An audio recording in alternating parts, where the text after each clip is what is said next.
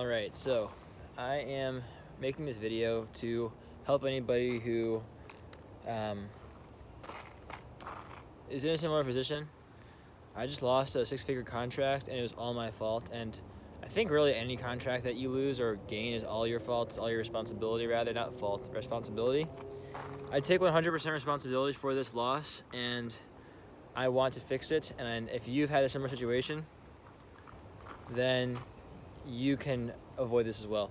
We're talking about the presentation and how to present properly and how to avoid losing a $100,000 deal that you could have won. I could have totally won this deal. I could have closed this month and made a nice commission on this deal. And I didn't, and here's why. Your presentation really should not be a presentation at all. It should be a discussion, a conversation. And that's a big mistake that I made. I did a 1-hour monologue, and I really lost that deal. And I could have won it. So let me give you some background. I reached out to the CEO of a video production company.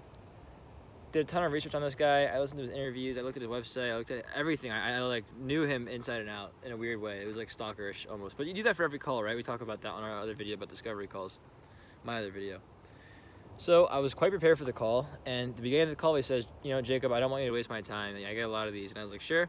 By the end of the call, Jacob, thank you for this call. I really appreciated it. I'm excited to see what you have to offer. You did your research, and I want to see what you have to offer. So this guy schedules a call with me and the rest of his entire team. Other 3 decision makers, 4 guys on this call.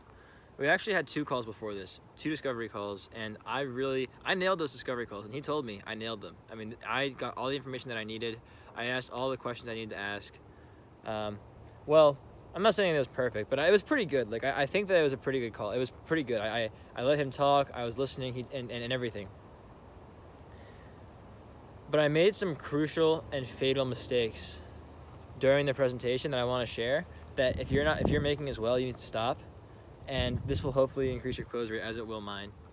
And I'm doing this also just because I need to talk it out, and I talk so much, which is one of my problems. Especially in this case, but I think if I can talk it out now, it will help you and it will help me, so it's a win-win. So, mistake number 1 was not preparing properly for the call. And I hate that I'm saying that. I hate to admit it, that I didn't prepare enough, because I'm all about preparation, at least in concept, but I have this problem with procrastination, and I'm doing it again now. I have another call tomorrow. I actually have a few presentations tomorrow. One of them I prepared for a week in advance, but the other one I'm doing today. I'm preparing for it today. And this happened last time with this deal. It was the night before. I was going to put together the plan. I got so tired. I was like so exhausted, which is not an excuse. That's an excuse, actually.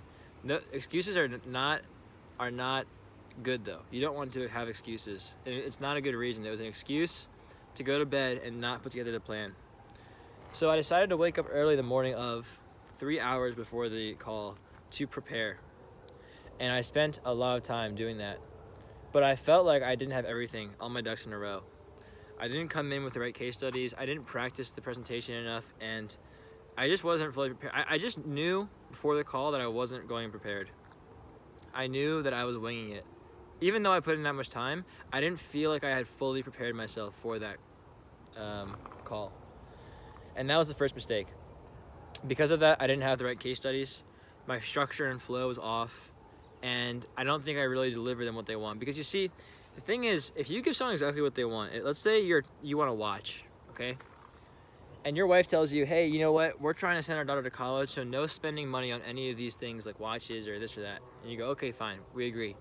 But then you go to the mall, and you see a watch. Not that my watch is that nice, but you see a watch. It's got the right face on it. It's got the right dial. It's got the right wrist strap.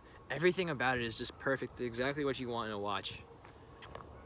You're gonna go there and you're gonna look at it and you're gonna say, oh man, like this is, geez, I really want that. Can we just spend just $1,000? You're gonna call your friends. You're gonna try and convince people. If you want that watch, you're gonna probably buy it, okay? But that's only if it's exactly what you really, really want. And if it's not exactly what you want, it's like, eh. And so because I didn't prepare properly, I was going and winging it. They could probably tell. I looked like an amateur. And I didn't give them exactly what they wanted. And that was a problem. In fact, before the call, the CEO lobbed me a softball. It was like an underhand pitch, softball, like slow motion. I struck out. Like, I can't believe I did this. He started the call off. Hey guys, this is Jacob. He's a really smart guy. He's done a lot of research. He's done his homework. You know, he prepared for our process discussions. I'm excited to see what he has to say. And I was like, okay, this guy is lobbing me this home run. So number one mistake was not preparing. So preparing better. And I should not have gone to sleep until I had finished. I should have just stayed up and not woken up early, right? Okay, number two mistake. Before the call, the day before, he sent me an email. And he said, hey, Jacob, here are some questions that the guys are going to want you to answer. So prepare for these questions so that you know how to answer them before the presentation, okay? He was lobbing me. He said, don't do any hard closing. That's not how they operate. Let me do that. I just want you to be prepared for this. He wanted to work with me. I mean, I think he was more confident and liked me more than the rest, for sure. He lobbed me this. It was such an easy, I can't believe I messed this up. So instead of actually preparing the calls, instead of actually, what I did wrong here is I prepared for all the questions, but it's kind of funny. I thought that if I planned the entire presentation in a way where I would answer every question in sequence, like in order, this question, I would just hit all the boxes, and I thought they were actually questions that the guys wanted to ask. And I went through each one, and I was just like, here's this, and I just started going at it. I started for like an hour, and there was some back and forth. I mean, they did ask some questions, I did answer, but the ratio was quite poor. It was probably 80-20, probably around that. Maybe like 90-10. I mean, it was bad. It was like a lot. One of the reasons why is because my CEO just closed a 6-figure deal with me on the phone, and his presentation was very much a monologue. I mean, it was like an hour of talking from him, and I was surprised, but it worked. It closed, so I just thought I'd replicate that. I think it depends on the person you're speaking to, though. So maybe part of it is sounding based on personality. But either way, I think it's important to note that that monologuing and having an hour-long conversation is not the way to do it. And so the second thing I did wrong is talking too much and not listening enough, like I did on my discovery calls, and not making it a conversation.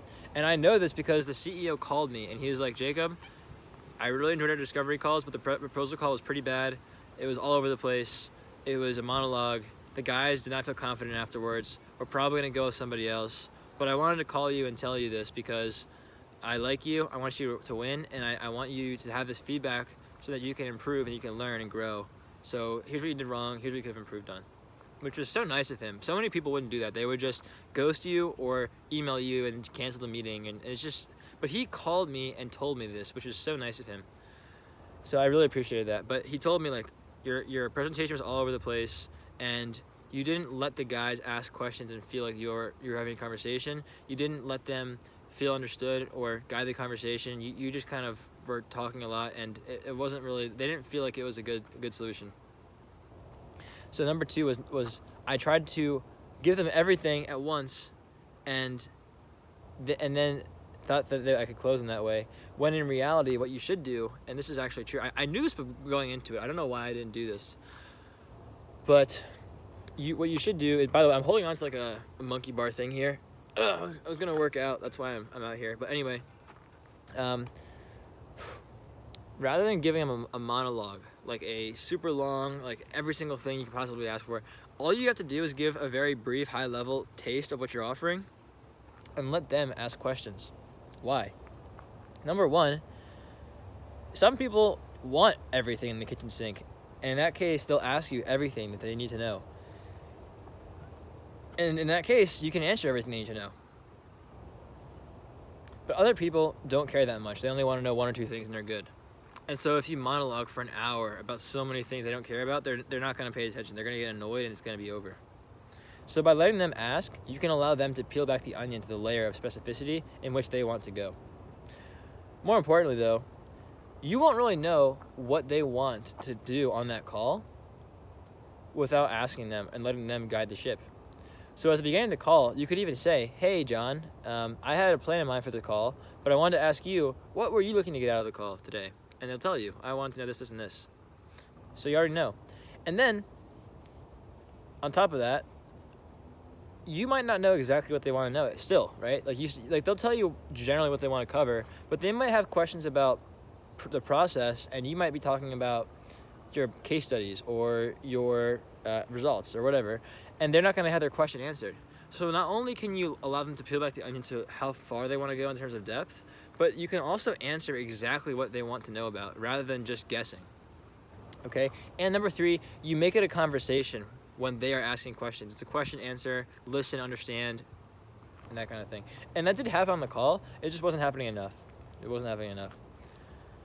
And so the other thing is, he said, the CEO said to me, Jacob, the other thing is, if it makes you feel any better, I don't know if we would have gone with you anyway, because this other company has more experience in our industry, and this other company does this, and this differently, and that's why we like them. You were the first person to reach out to us, but because of that, these other companies really have more data, they have more this and that, the other. Which, I understand, he wants data, and he wants to know how it works, the process, and he wants, and that.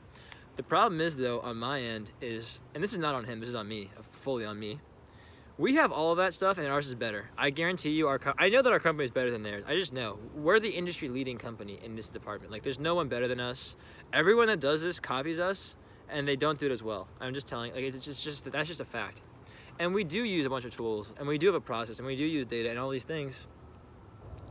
But because I didn't let them ask me what they wanted to know, he doesn't even know that. I didn't even tell him. I didn't even bring it up. I didn't say, oh, well, we actually da-da-da. I just said, no, the deal's already lost. I'm not going to try and recover it. And, actually, he did tell me that they haven't made a decision yet, and he'll let me know what they decide. But he said it's, very strongly in favor of the other company. And at that point, I don't even want to fight. I'm just like, you know what? I only have one chance to make a good first impression, and I blew it with these guys, so I don't want to go back on it.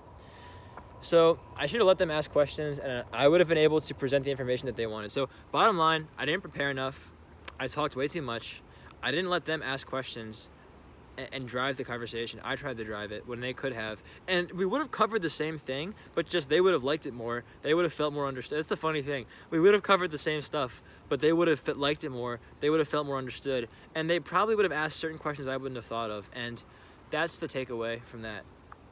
And then also, just in terms of the structure of the presentation, being more organized and structured is very important, and I didn't do that. So that's the main takeaway here. That's mainly what I wanted to talk about.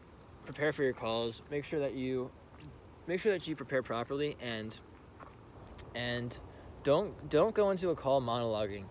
Give them a high level overview and let them decide, where to drive the bus, and let them come to their own conclusion of wanting to buy. It is unfortunate that this deal was lost. I mean, that's $100 and something grand that fell through. But as any good salesman has, I have other deals in the pipeline that are closing this week.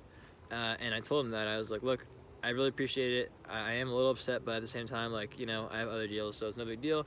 And I know that this is all my responsibility, and I really appreciated him telling me, because now I can use that feedback and grow and improve.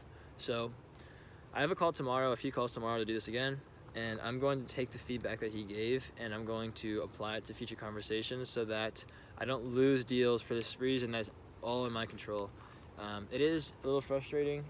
It is a little bit upsetting, but it's also encouraging to know that he gave me the time of day to help me, and now he helped me help myself. So that's the bottom line.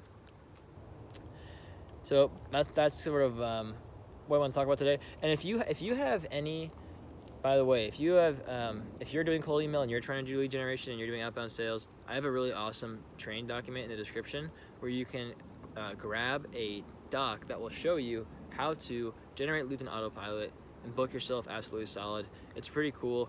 It's mostly around the actual lead generation in terms of building the lead lists and how to do that on autopilot. It doesn't really cover outreach per se. If you want to talk about that, then you can book a coaching call with me. But this will give you or a virtual assistant everything you need to generate yourself leads, which is pretty awesome. So you can grab that for free. And I'll see you in the next one. Bye.